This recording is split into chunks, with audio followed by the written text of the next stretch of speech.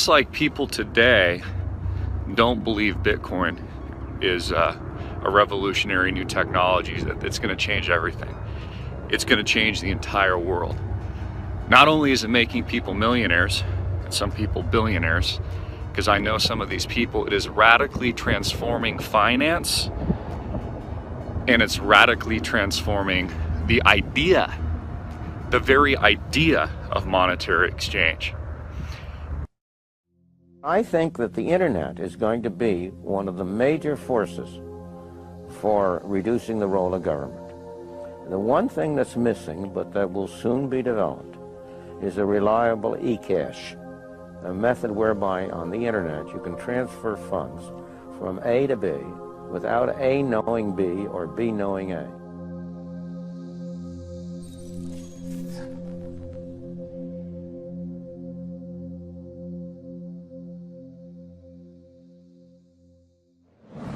What is a Bitcoin? What is Bitcoin? What backs a Bitcoin? You put some of your money, real money, online, and it turns into Bitcoin.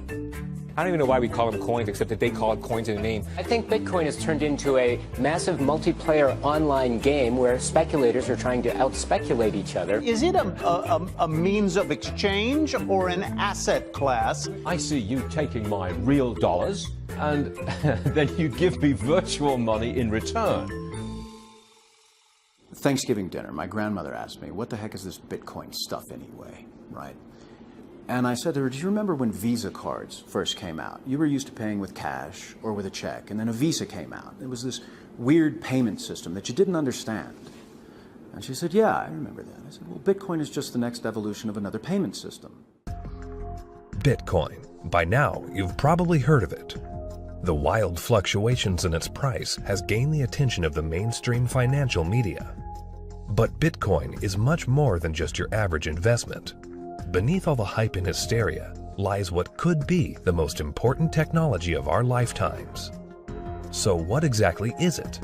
To fully appreciate the characteristics that make Bitcoin a potentially world-changing technology, we first need to understand what money is. Currency started developing 6,000 to 9,000 years ago, some sort of medium of exchange, and people used something of value. Societies around the world, though, started to select gold and silver as their primary currency about 3,000 years ago, and then about 680 BC, they became money when they were minted into coins of equal weights. Governments started creating representative currencies where you deposit your gold and silver, or they have gold and silver in the treasury and they come out with notes that are basically a claim check on the gold. So they're supposed to be as good as gold because you can always convert them into gold. Throughout history, precious metals were chosen as money, not through government decree, but because of their unique features. Gold is rare, easily recognizable, portable, durable, and divisible. Above all, because gold is difficult to find and labor-intensive to mine, refine, and mint, it has always been perceived as a store of value.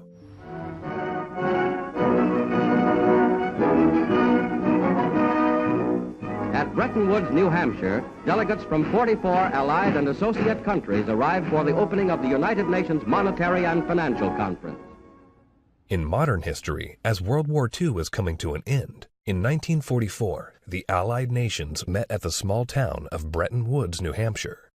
Here, they drafted a new financial system, which would stabilize the world's financial system once the war ended. With the United States poised to enter a golden age of prosperity, the U.S. dollar was chosen to be the world's reserve currency. The Bretton Woods system was created after the Second World War at the Bretton Woods Conference in New Hampshire. And rather than using gold as the means of exchange between countries, as was the case under the old gold standard, the dollar was going to be used. The dollar was chosen because back then it was as good as gold. Under this new system, the countries of the world would tie their currencies at a fixed rate to the U.S. dollar. And because most of the world's gold was held in U.S. vaults, the U.S. dollar would be backed by gold at a fixed price of $35 per ounce. This created a system where the currencies of the world were effectively backed by gold through the U.S. dollar. I have directed Secretary Connally to suspend temporarily the convertibility of the dollar into gold or other reserve assets. The Bretton Woods system lasted for about 25 years, but in August of 1971, President Richard Nixon called for an emergency press conference where he announced foreign countries would no longer be able to convert their US dollar holdings into gold. This surprise move would come to be known as the Nixon shock. With this one announcement, President Nixon effectively created our current monetary system, a system where no currency is backed by gold or anything of value. This is what is known as a fiat currency. Fiat currency is currency that's backed by nothing except government promises. The word fiat is a Latin word, and it basically means currency that's circulating by force. If people have confidence in that currency, and if there's enough government force, that will enable the currency to circulate for a period of time until people lose confidence in the currency. Money is a medium of exchange, and the way it has evolved is that it's always something of intrinsic value until the modern age, when the politicians say, well, we don't need anything of intrinsic value anymore. All we need is political decree. We can say this is money, this piece of paper is money. Now money has a new characteristic. But underneath it all, there's this same concept in place that nobody ever seems to challenge, and that is that governments have a right to declare something of no value to be money, and you must accept it. That's really the problem, and it's still the problem today. Without anything tangible backing the currencies we use today, governments around the world have been able to issue unlimited amounts of new currency without restraint. And with the advent of the digital age, currencies around the world are now digits in a global banking database. So what is Bitcoin? Well, simply put, it's a digital currency, much like the electronic currency we use today. But it's also the payment network which facilitates the transfer of this new digital currency from one person to another. Bitcoin's a new internet protocol that enables the transmission of value over a communications channel. You can think of it like being able to send a gold coin as easily as you send an email. You can send any amount of money to anyone in the world, anytime, can't be seized, can't be confiscated, can't be frozen. Very useful technology. So Bitcoin is a digital currency, and it is a payment system. So it's a payment system in the same way that bank networks are, or PayPal. Those are all payment systems. But it's also a currency. So PayPal and banks use the dollar as their currency. The Bitcoin payment system uses Bitcoins as its currency. So they both have the same name. What is your opinion of disruptive digital currencies such as Bitcoin?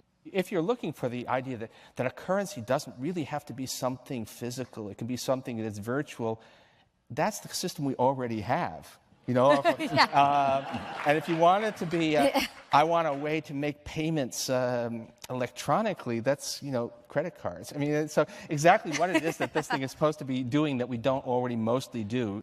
Bitcoin is different from other fiat currencies in a couple ways, but not the way people think. So most people think it's different because it is a digital currency, but fiat currencies are also digital, right? So the dollar is a digital currency, the euro is a digital currency. They're all just ones and zeros in the banks of the world. So it's not that Bitcoin is digital that makes it unique. It's unique in that it cannot be created out of thin air. So dollars, euros, yen, these can all be created out of thin air by people who have permission to do so, which is generally a central bank. Bitcoin has no ability to create it out of thin air. So it is a scarce digital asset. Unlike the banking system we currently use, where bureaucrats meet behind closed doors and determine and regulate the supply of new currency, mathematics and cryptography are used to regulate the creation of new bitcoins. The Bitcoin network is decentralized, meaning that instead of transactions and account balances being stored on a central computer or database, Bitcoin's ledger of accounts, more commonly known as the blockchain, is distributed across tens of thousands of computers around the world.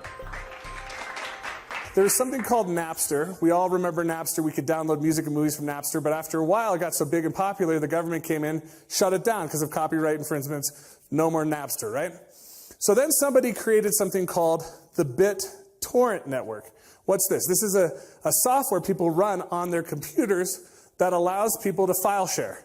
So if you run the software, you can go to things like Pirate Bay or Views or BT Junkie, and you can download any music or any movies you want, and they can't stop it because it's not a centralized location. Well, Bitcoin is the currency that runs on the BitTorrent network. Why was gold and silver considered money for the last 4,000 years is because it took work and effort to make that nice, beautiful coin. They had to dig it out of the ground and refine it in the crucibles and the furnaces and stamp it into a nice, beautiful coin. And that took work. So you didn't have to trust anybody that they were going to work for you. The work was already done. Well, Bitcoin, proof of work, is the same thing, right? You have to hash away and solve all these math problems. You have to have the chips and the electricity and yada, yada, yada to create a Bitcoin. It would cost today about $800 to make a Bitcoin. I believe that Bitcoin has multiple levels of intrinsic value. The properties like being unconfiscatable, properties like this censorship-resistant value transfer that no one can stop you from sending. More importantly, what gives it intrinsic value is the productive capacity and the brain power of some of the brightest developers in the world that have chosen to work on this open source protocol. And this productive capacity of some of the brightest minds that are building it is what truly gives it value. All Bitcoin transactions are cryptographically verified by thousands of computers on the Bitcoin network. These very powerful computers, known as miners, expend a massive amount of energy and processing power to verify the integrity of each and every transaction. So the miners basically validate transactions. All these transactions are flying around, and they have not yet been formally vetted by the network. If the miner believes the transactions are valid, it will put them in the block, and the block then becomes part of the blockchain. And over time, that becomes the record of truth. And so what that means is that if you receive Bitcoin and a few blocks happen after you receive it, no one can ever take that money away from you because the blocks have been stuck into the blockchain, they can't be reversed, and you know that the money is truly yours.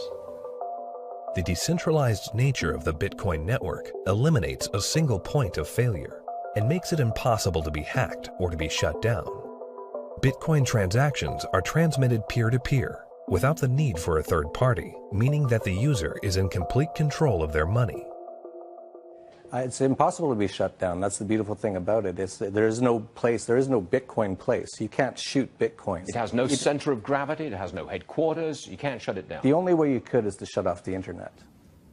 Your average person has absolutely no idea how their email works, but it works, and that's all that really matters. And Bitcoin's very similar to that. But as far as what I would do to tell people or describe to people who don't know about Bitcoin what it is, I would say it's a form of money that you can just use on your phone or your computer in today's digital age where everyone's on the internet.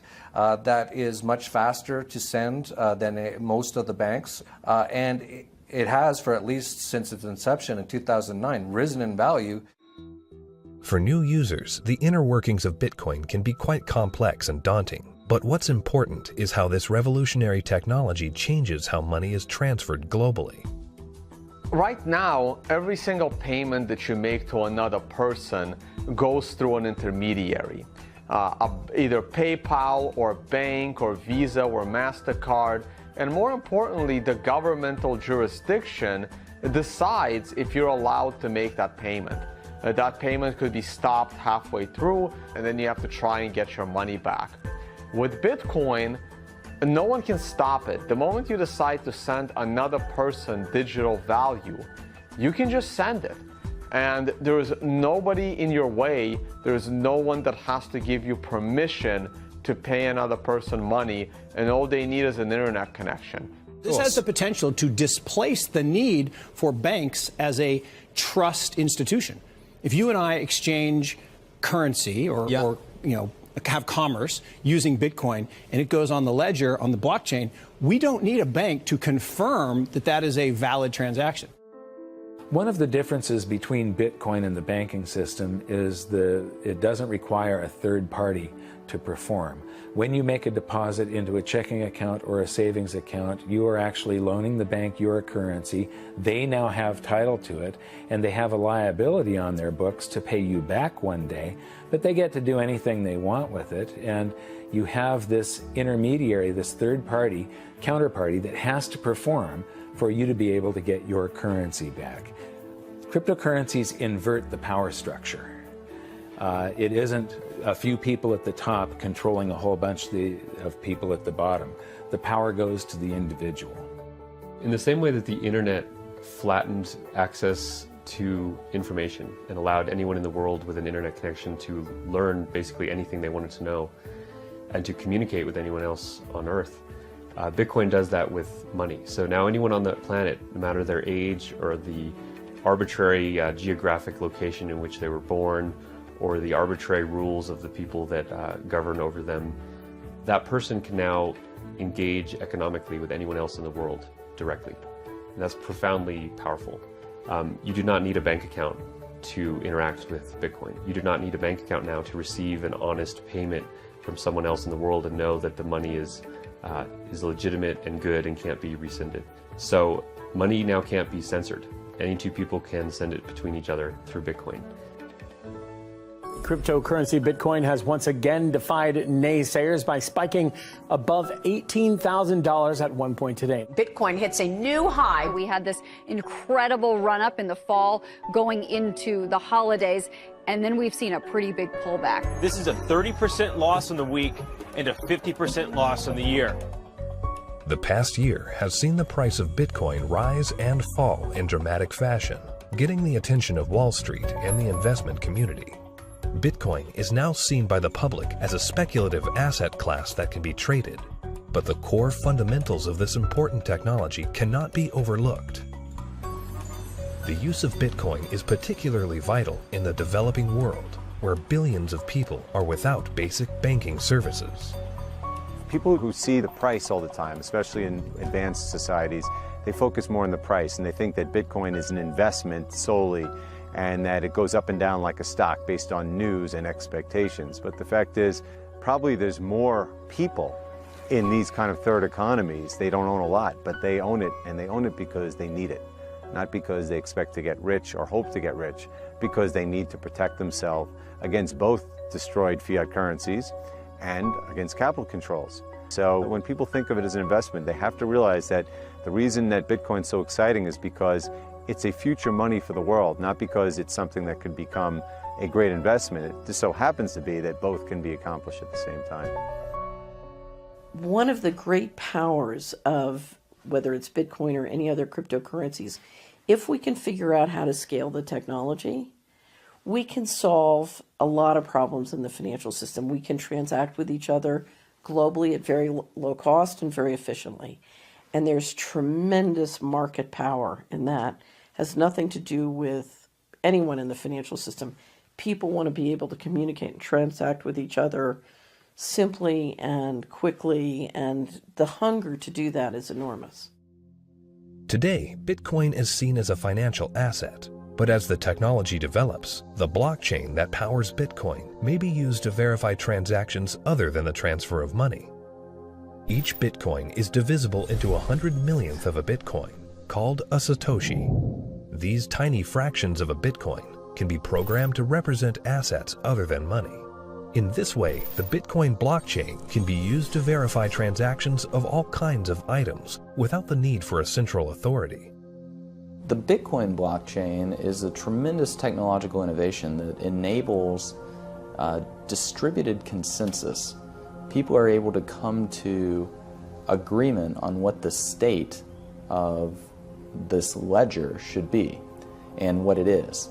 And that enables people to have trust without trusting any other party or person or institution. So anywhere we need to have trust, where we need to be able to verify what is the true and correct state of something, that has an application to be put on the Bitcoin blockchain. For 6,000 years of recorded history, we've always had this problem when we want to engage in consensual exchange. That is, if we're strangers, can I trust you? And what's happening with Bitcoin and the blockchain, the technology that powers Bitcoin, is it is now possible for us to have trustworthy exchange without those third parties. The trust is built in through the cryptography. That guarantees the exchange of value. Well, that means that there's this technology that is as disruptive as the internet was to publishing, but this is disruptive to these 100 different institutions that really are the glue that pulls society together. You know, everything from as mundane as notary publics to the land titling, to coining money, to voting. All kinds of these things are going to be recreated in the blockchain in a way that we will finally be able to fully trust. But what that means is what we've seen technology do to lots of private industries is now going to start doing to government function.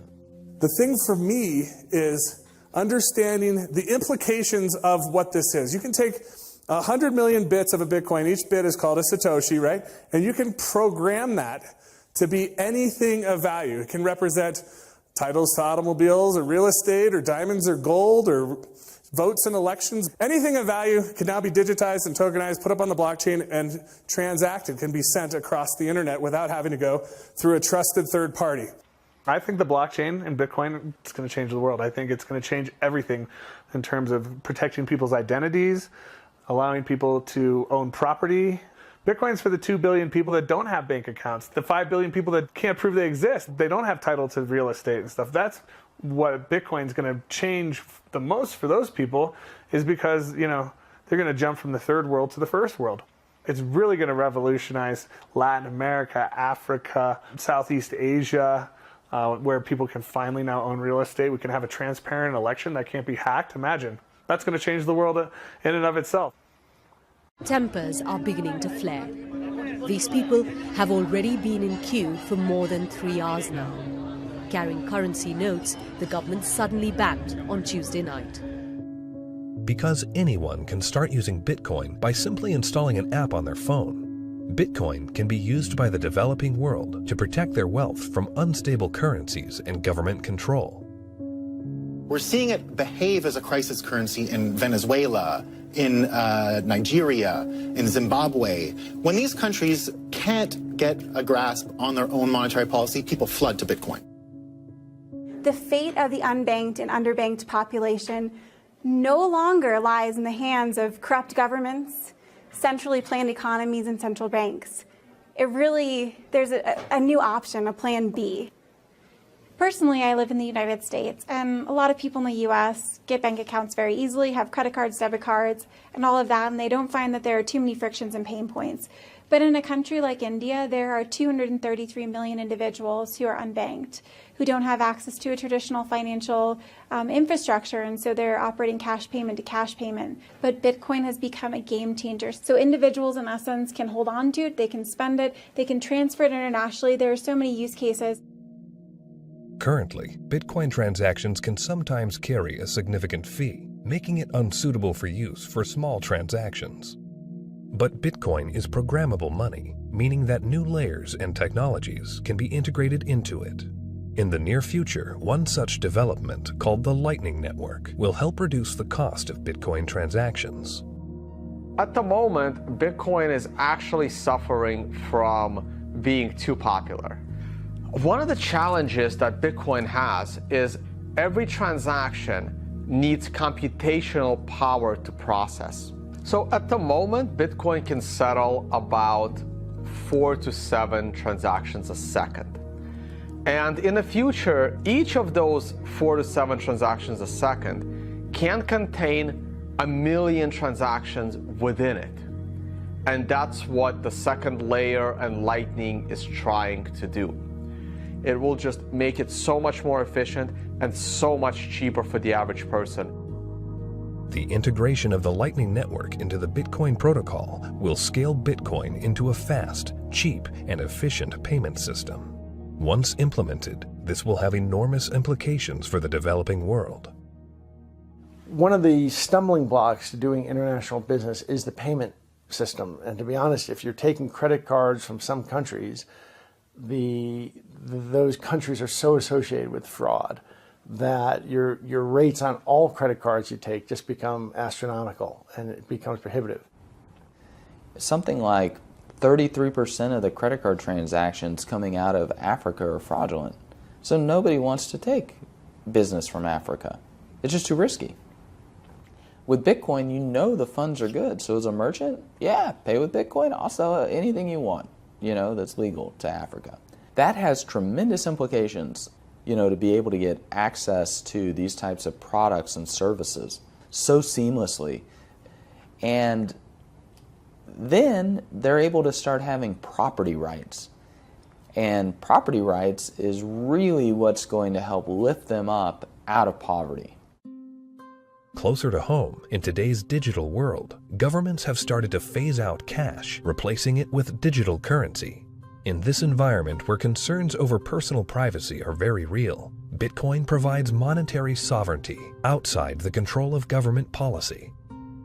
When you have a situation where the government is trying to control, they don't want people to have the means of hiding anything from them.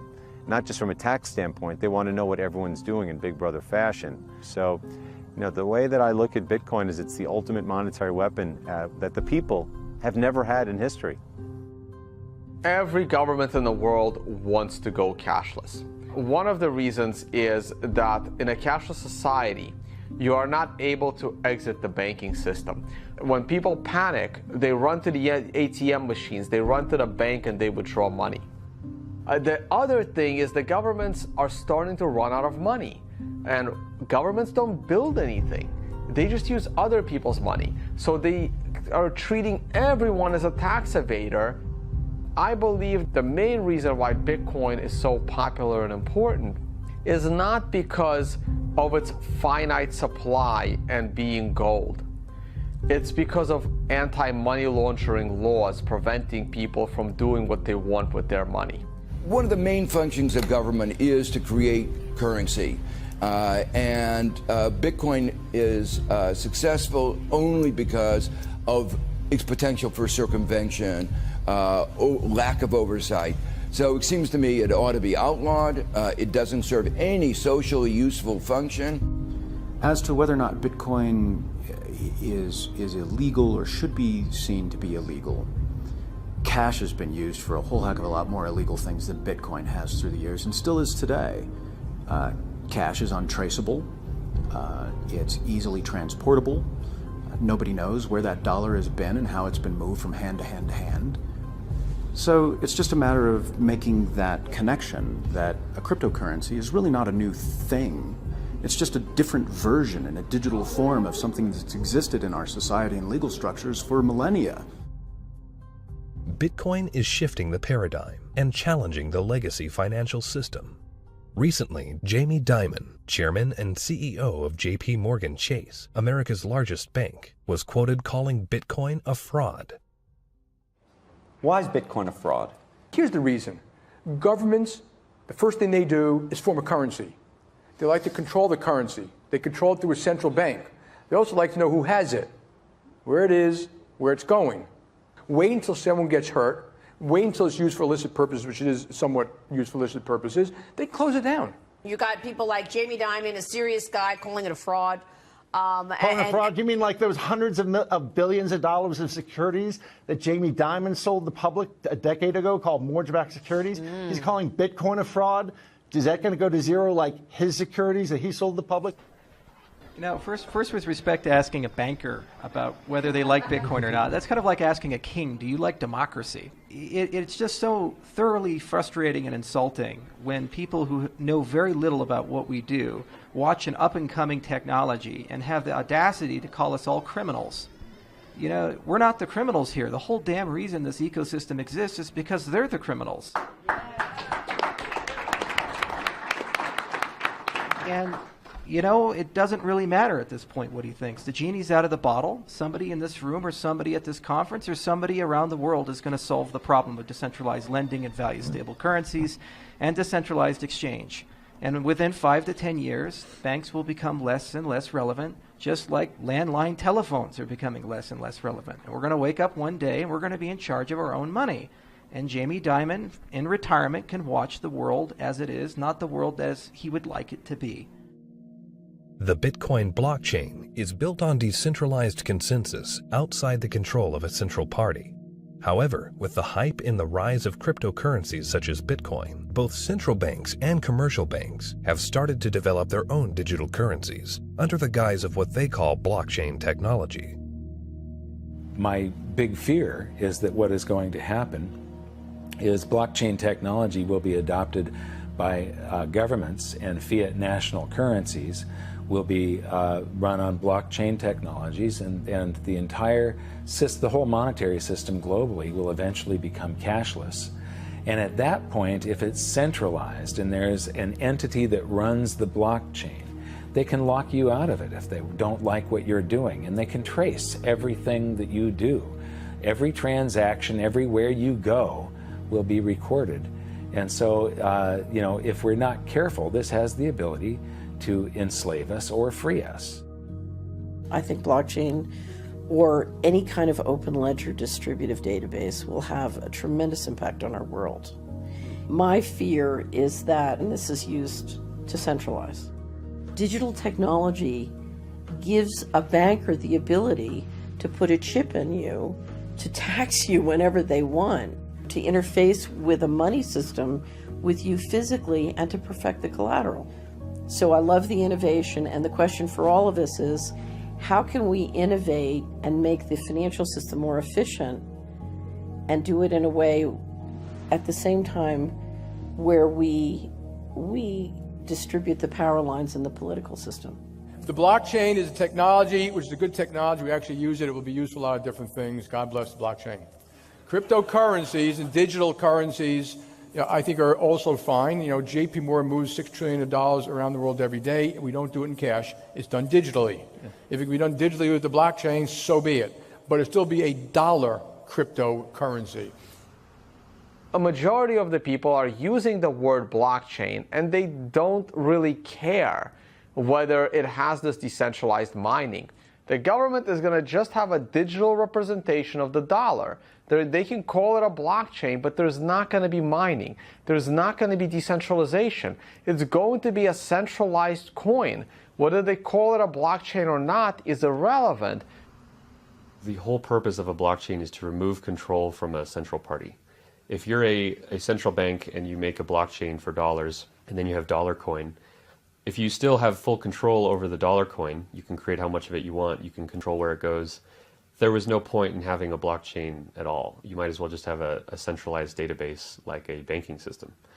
To really use blockchains in any meaningful way, it means that there is no person in charge. And so a central bank, by definition, is the one who is supposed to be in charge of money. And thus they would never create a blockchain or a cryptocurrency that they couldn't control.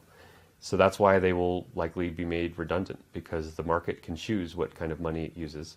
And it now has a choice between a digital currency that can be controlled by central parties and inflated without limit, or a digital currency that cannot be controlled by any central party and that has a fixed amount and can't be debased. Over time, that's going to be a very obvious choice. Bitcoin and the blockchain behind it are incredibly powerful technologies.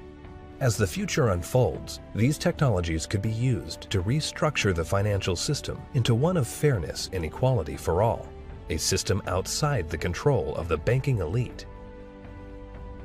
We have millions of people now taking an interest in what is money, the question of what is money, what should it be? And they're learning, especially a lot of young people. Precious metals were once money. Then came the era of paper money. Could we now be entering a golden age of decentralized digital money? Only time will tell. Bitcoin is first and foremost about changing how the financial system of the planet operates. However, Bitcoin is also a financial asset itself, and it goes through these bubbles, and people have made many millions of dollars when they buy it low, and then it goes up in value. But that's not really what matters at all. What matters is that it's actually going to change the entire ecosystem of the planet, how all humans interact with each other, and that's a very exciting thing to be part of. We're at a major transition. every time we've had a major transition of, let's say, the speed of the social order. So we used to be on horses, and so a silver and a gold standard of actual coins being exchanged was good enough, right? Because we traveled by horses pulling us, or we rode on them. We got to automobiles, and at the same time we get into automobiles and trains, we get to the point where it's not good enough to carry a lot of gold and silver coins. We need some vehicle better than that, and so we're all really into paper. As we get into the jet age, we've got to get that paper accelerating. It's got to go faster. And so we start going to direct deposit and digital representation of your bank account. So it's not just little not numbers written in a little passbook kind of a thing, but it's simply 100% digital. We're all on a digital system now with the jet airplanes, but now we're going into space. And we're going to get into space-based businesses and so on. And so the speed of the money potential, even within the digital dollars, is not sufficient, and it's also not as secure and robust as we need, and therefore now we've got the cryptocurrencies. They're the new wave of the future relative to money. In a generation, that generation will, 20 years from now, they'll look back and they'll never have handled coins, never have handled checks, and will never really have dealt very much with centrally issued digital dollars. I suspect that the data sets will still be right, and that will shed 13,880. We'll see the last of it sometime before mid-February. Okay, so it'll bounce around between a little bit lower than 13,000 and a little bit higher, back and forth for a month or so here, and then we'll get into February. Conditions will have changed. The data shows a underlying pressure. Okay, so companies that are involved in the crypto sphere, in the crypto space, will be bringing out products that will be accepted in the market and be very successful. And their actions will cause draw more people into the crypto space, and that will bring the pressure that will bust Bitcoin out of this current set of range that's going to hover around 13,800. And I'm not saying that's a midpoint or anything. That's just the number that we get in our data.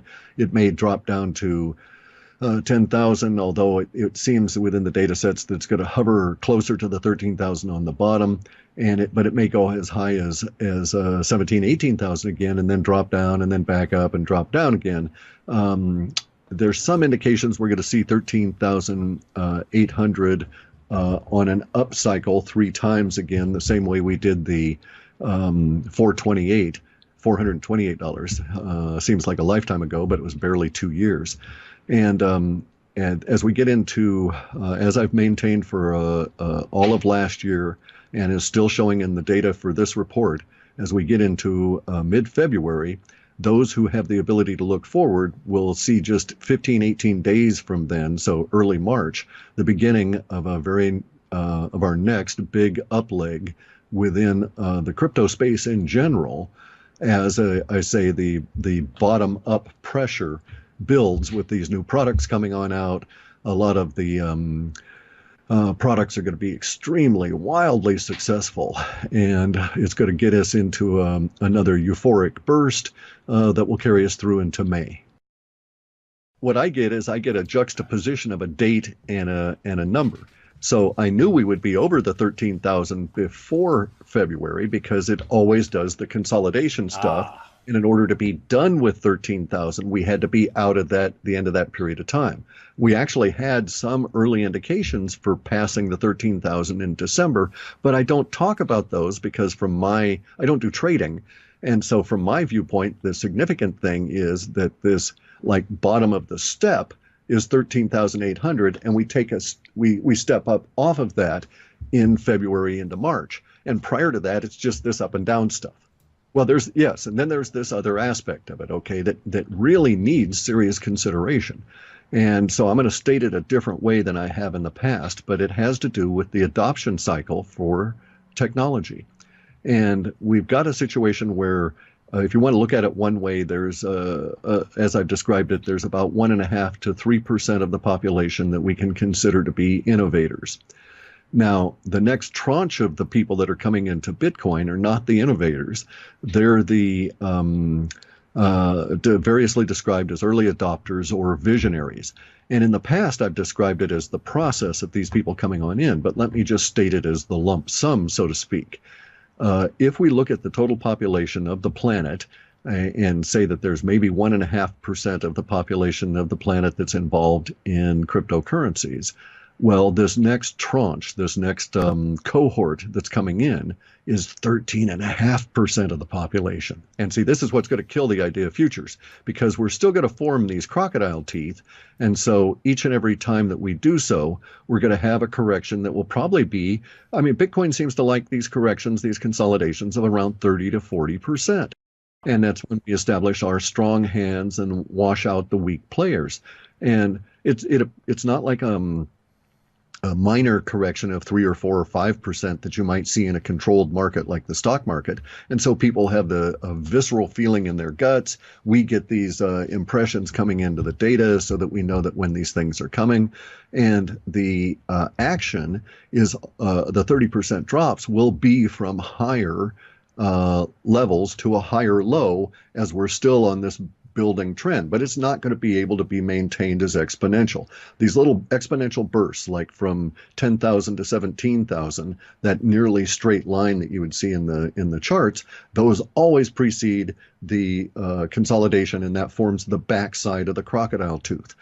And we have a number of those lined out for this next year, and some really big numbers, because coincidentally, of course, when you get to, so one way to look at it is, well, within our data sets, as we get close to 64,000, we're going to get another one of these. Well, at 60,000, 64,000. I want to just $64,000 this year for Bitcoin. Not in 2017. No. I mean, I'm sorry, 2018. 2018. Yeah. 64,000 in 2018. You think Bitcoin will hit? Oh, it'll go higher than that. Right. And I was saying 13.8 when it was under 1,000. People need to understand that Bitcoin is not like the stock market. So when it gets close to the 60s, in the 64,000 range, we're going to have another 30% drop. And so a third of that is going to be over, in the order of $20,000 drop. And so one way to look at it is, oh my God, Bitcoin's going to go down $20,000 in 2018. But another way is but it's going down to the mid 40s in 2018. So big deal, and then it'll go back up from there. It's just one of these consolidations. I do have numbers because of the emotional impact and the linguistics involved. I have numbers that would seem to suggest that we may hit 100,000 next year, in 2018. The way that they're shaping up within the long-term data is fully supported. It's complete and correct within our processing. There's no equivocation within it, because the linguistics have supporting sets that go to how the information is going to be received by the general population. So in other words, we have a range of emotions that are associated with this number of 100,000, so that people will be whispering it just in awe, and then other people are going to just be shouting it until they almost burst their lungs.